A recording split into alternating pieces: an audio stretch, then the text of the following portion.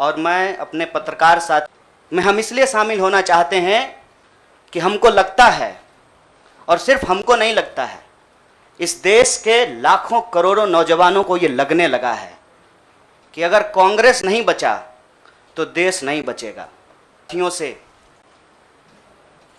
कुछ चीज़ों को लेकर मुखातिब हों उससे पहले आज ये एक ऐतिहासिक दिन है।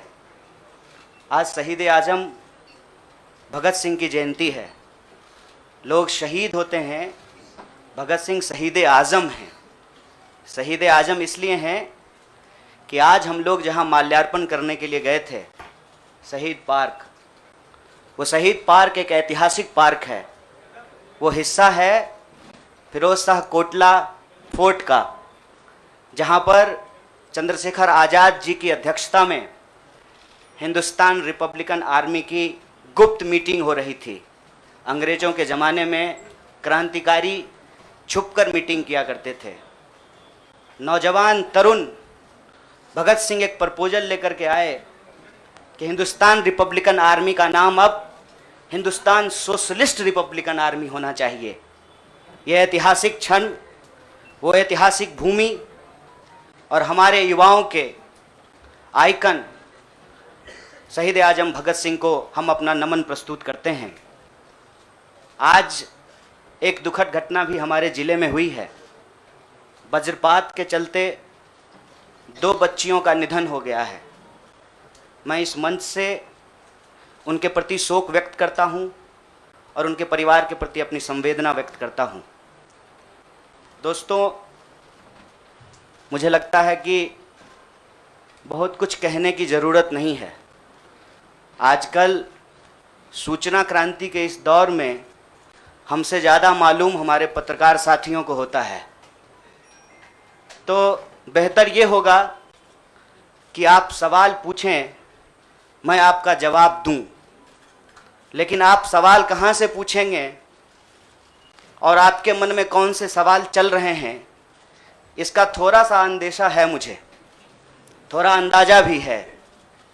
सबसे पहले मैं आपको बधाई देना चाहता हूं कि आपने पत्रकारिता की उस मिसाल को जिंदा रखा है कि कम से कम विपक्ष से तो सवाल करते हैं ना, ताकि इस देश को याद रहे कि पत्रकारों का काम है सवाल पूछना। तो मैं आपके हर सवाल का जवाब दूंगा। जितना सवाल आप पूछना चाहते हैं पूछिएगा, बारी बारी से पूछिएगा, सारे सवालों का जवाब दूंगा। बस एक सवाल का जवाब जो मुझे लगता है कि आप सबके मन में होगा कि आप कांग्रेस पार्टी क्यों ज्वाइन किए हैं, उस सवाल का जवाब दे करके मैं हमारे जो अध्यक्ष हैं उनकी तरफ मुखातिब होऊंगा, माइक उनको समर्पित करूंगा।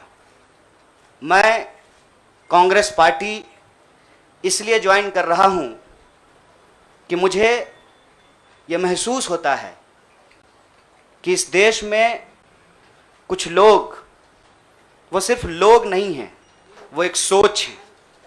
वो इस देश की सत्ता पे ना सिर्फ काबिज हुए हैं, इस देश की चिंतन परंपरा, संस्कृति, इसका मूल्य, इसका इतिहास, इसका वर्तमान और इसका भविष्य खराब करने की कोशिश कर रहे हैं।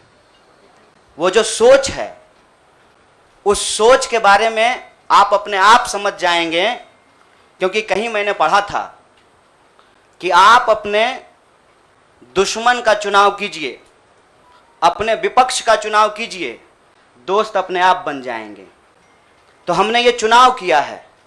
हम इस देश की सबसे पुरानी पार्टी, सबसे लोकतांत्रिक पार्टी, मैं जोर दे करके बोल रहा हूं लोकतांत्रिक पार्टी, ताकि आप लोग परिवारवाद पे सवाल जरूर कीजिएगा। लोकतांत्रिक पार्टी में हम इसलिए शामिल होना चाहते हैं कि हमको लगता है, और सिर्फ हमको नहीं लगता है, इस देश के लाखों करोड़ों नौजवानों को ये लगने लगा है कि अगर कांग्रेस नहीं बचा तो देश नहीं बचेगा। और ये बात मैं आपको स्पष्ट कर देता हूं, देश में प्रधानमंत्री अब भी हैं, देश में प्रधानमंत्री इससे पहले भी थे, देश में आगे भी प्रधानमंत्री होते रहेंगे। लेकिन आज जब हम लोग श्री राहुल गांधी जी के उपस्थिति में फॉर्मली कांग्रेस पार्टी का फॉर्म भर रहे थे, तो साथी जिग्नेश ने संविधान की कॉपी दी और हमने उनको भगत सिंह, गांधी और अंबेडकर की तस्वीर प्रस्तुत किया, क्योंकि हमारा यह मानना है कि आज इस देश को भगत सिंह की वीरता की जरूरत है, भगत सिंह के साहस की जरूरत है। आज इस देश को अंबेडकर की समानता की जरूरत है और आज इस देश को गांधी की एकता की जरूरत है। गांधी जब कहते हैं रघुपति राघव राजा राम, पतित पावन सीताराम, ईश्वर अल्लाह तेरो नाम, सबको सन्मति दे भगवान, ये गांधी की एकता है। जब अंबेडकर कहते हैं कि किसी भी समाज का मूल्यांकन वहां महिलाओं की क्या स्थिति है इस बात से होगा, तब वो समानता की वकालत कर रहे होते हैं। मैं नहीं मानता हूं कि डॉक्टर बाबा साहब भीमराव अंबेडकर किसी एक समुदाय के नेता थे।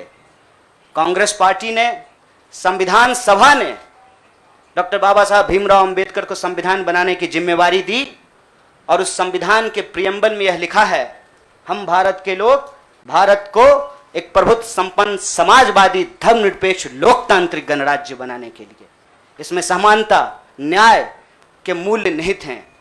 और जब भगत सिंह कहते हैं कि आप व्यक्ति को कुचल सकते हैं, विचारों को नहीं, आप बम और पिस्तौल से कभी इनकलाब नहीं ला सकते हैं, उस साहस की जरूरत है हमको। मुझे नहीं लगता है, मेरे बहुत सारे राजनीतिक दोस्तों को यह लगता है, मुझे लगता है कि यह देश 47 से पहले वाली स्थिति में चली गई है।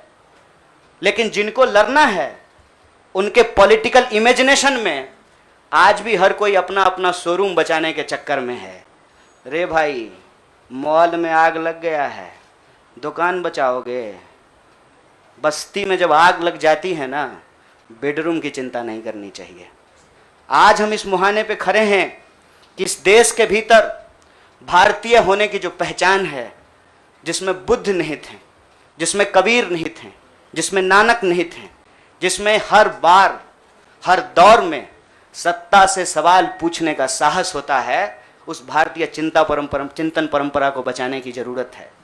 इसीलिए हम कांग्रेस पार्टी में शामिल हुए हैं कि कांग्रेस पार्टी वो पार्टी है जो गांधी की विरासत को लेकर के आगे चलेगा। कांग्रेस पार्टी वो पार्टी है जो सरोजनी नायडू के विचारों को लेकर के चलेगा। कांग्रेस पार्टी वो पार्टी है जो अंबेडकर, नेहरू, अशफाक उल्लाह खान, शहीद आजम भगत सिंह और मौलाना अबुल कलाम आज़ाद के रास्तों पे चलेगा।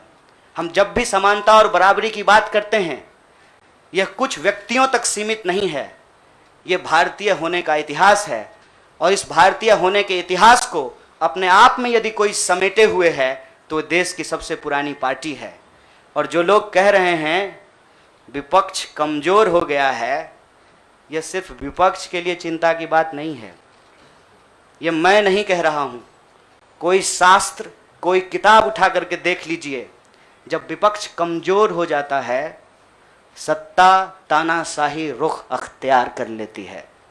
इसीलिए देश की सबसे बड़ी विपक्षी पार्टी, मैं कोई गुनागणित नहीं कर रहा हूं, लेकिन मुझे यह बात सीधे तौर पे समझ में आ रही है कि देश के लोकसभा में 545 सीट हैं, 200 लगभग सीट ऐसे हैं जहां भाजपा के सामने कांग्रेस के अलावे कोई विकल्प नहीं है। मैं ये नहीं कह रहा हूं कि मेरी जिम्मेवारी सिर्फ एक पार्टी के लिए है, लेकिन जो पार्टी सबसे बड़ी पार्टी है, सबसे बड़ी विपक्षी पार्टी है, उस पार्टी को अगर नहीं बचाया गया, अगर बड़े जहाज को नहीं बचाया गया, छोटी छोटी कश्तियां भी नहीं बचेगी। इसीलिए, और मैं जब यहां बैठा हुआ हूं, मेरे इतिहास को, मेरे वर्तमान को लोग देख रहे हैं। बहुत सारे सवाल हैं, वो आएंगे, उनका जवाब मैं दूंगा। लेकिन यह जो ऐतिहासिक जिम्मेवारी है, उस जिम्मेवारी से मैं अपना मुंह नहीं मोड़ सकता हूं। मैं जहां पैदा हुआ, जिस पार्टी में पला बढ़ा, उसके प्रति मैं आभार व्यक्त करता हूं। उसने मुझे सिखाया, पढ़ाया, लड़ने का जज्बा दिया है। लेकिन उस पार्टी के साथ साथ मैं उन लाखों करोड़ों लोगों को भी धन्यवाद देना चाहता हूं जो किसी पार्टी से जुड़े हुए नहीं थे।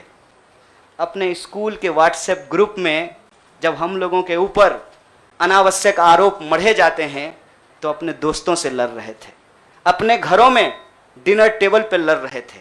लोगों की दोस्तियां टूट गई हम लोगों के आंदोलन के समर्थन में, और मैं मजाक नहीं कर रहा हूं, लोगों के डिवोर्स तक हो गए। ये जो देश में एक वैचारिक संघर्ष छिड़ा है, उस वैचारिक संघर्ष को कांग्रेस पार्टी ही नेतृत्व दे सकती है, यह हमारा भरोसा है। और मैं ये उम्मीद करता हूं कि हमारे देश के जो लाखों करोड़ों नौजवान आपके माध्यम से सुन रहे हैं, उनसे भी मैं आग्रह कहता हूं, दीवार पर बैठकर टुकुर टुकुर मुंह ताकने का वक्त नहीं है। ये अर्जेंसी का टाइम है, और इस अर्जेंसी के टाइम पे दीवार पे बैठ करके दायां जाएं कि बायां जाएं, ये मत सोचिए। जब आप जंग में होते हैं तो आपके पास जो अवेलेबल चीज़ें होती हैं, आप उससे मुकाबला करने की कोशिश करते हैं। कांग्रेस पार्टी एक बड़ी जहाज है, अगर कांग्रेस पार्टी बचेगी तो हमारा मानना है इस देश के लाखों करोड़ों नौजवानों की आकांक्षाएं बचेंगी, गांधी की मीमांसा बचेगी, भगत सिंह के सपनों का भारत बचेगा, और डॉक्टर बाबा साहब भीमराव अंबेडकर की समानता का भारत का निर्माण संभव हो पाएगा। इसी आशा और उम्मीद के साथ मैं इस पार्टी से जुड़ा हूं, और मुझे पूरा भरोसा है कि कांग्रेस पार्टी जो अपने आप को एक लोकतांत्रिक पार्टी कहती है, आज़ादी के साथ, अपनी पूरी मुखरता के साथ सत्ता से सवाल पूछना और लोगों के हक के लिए लड़ना भिड़ना संघर्ष करने में हमारे साथी रहेंगे, हमारे सहयोगी रहेंगे। और ये परिवार संघ परिवार नहीं, वो क्या परिवार जो परिवार छोड़कर परिवार बनाना पड़े, वो परिवार जो आपको परिवार छोड़ने के लिए नहीं कहता है, कहता है कि अपने परिवार में रहिए। अरे महात्मा गांधी कस्तूरबा गांधी को लेकर के अंग्रेजों से लड़ गए, बताइए इनको अपना घर छोड़ना पड़ा? कोई जरूरी है क्या? घर परिवार के साथ रहना है। डॉक्टर बाबा साहब भीमराव अंबेडकर भी अपने परिवार के साथ रहते थे। आप जितने बड़े लोग हैं उनका इतिहास उठा करके देख लीजिए, सब लोग अपने परिवार के साथ रहते थे। वो परिवार छोड़ करके बनने वाला परिवार नहीं। न्याय बराबरी और संघर्ष के लिए इस परिवार में मैं शामिल हुआ हूं। सभी सदस्यों के प्रति देश के अंदर फैले हुए लाखों करोड़ों कार्यकर्ताओं को अपना आभार व्यक्त करता हूं। बहुत बहुत शुक्रिया, बहुत बहुत धन्यवाद। വാർത്തകൾ വേഗത്തിലറിയാൻ ഞങ്ങളുടെ യൂട്യൂബ് ചാനൽ സബ്സ്ക്രൈബ് ചെയ്യൂ.